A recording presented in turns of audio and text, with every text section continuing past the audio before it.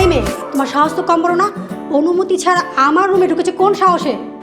আপনারে দুইটা কথা কইতে আইছি, দয়া কইরা মনটা শান্ত কইরা একটু শুনেন। তাড়াতাড়ি বলো, দেখছো না আমি বিজি। যা বলবে তাড়াতাড়ি বলো।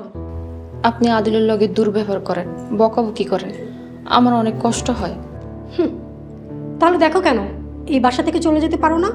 দেখো খাদিজা, আজ তোমার জন্য আদিলের এই খারাপ অবস্থা। তুমি যেই দিন এই বাসা থেকে চলে যাবে সেই দিন আদিল মুক্ত। বুঝতে পেরেছো? ক্লিয়ার? এইটা কখনো সম্ভব না। তাহলে একটু কষ্ট করে আদিলের কষ্টগুলো সহ্য করতে হবে, কারণ আদিলের কষ্টের মাত্রা দিন দিন বাড়বে। আল্লাহ আপনার হেদায়েত দান করুক। আমি এই বাড়িতে প্রথম আইছি, আমার অধিকার বেশি।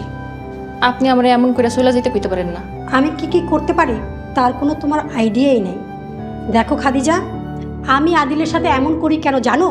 কারণ আদিল কষ্ট পেলে সেই কষ্ট তোমার বুকে যেয়ে লাগে, আর আদিল যে কষ্ট পায় তার চেয়ে 10 গুণ কষ্ট তুমি পাও। সো তুমি এই বাড়িতে যতদিন থাকবে ততদিন আদিলের কষ্টের মাত্রা দিন দিন বাড়বে। সামান্তা, আমি আপনার দুইটা পায়ে ধরি, আপনি আদিলের লগে এই ব্যাপারটা কইরেন না। যদি দরকার হয় আমি এই বাড়িতে কাজের বেটি হয়ে থাকবো। স্বামীর লগে এই ধরনের আচরণ করা ঠিক না, তাতে আল্লাহ নারাজ হয়।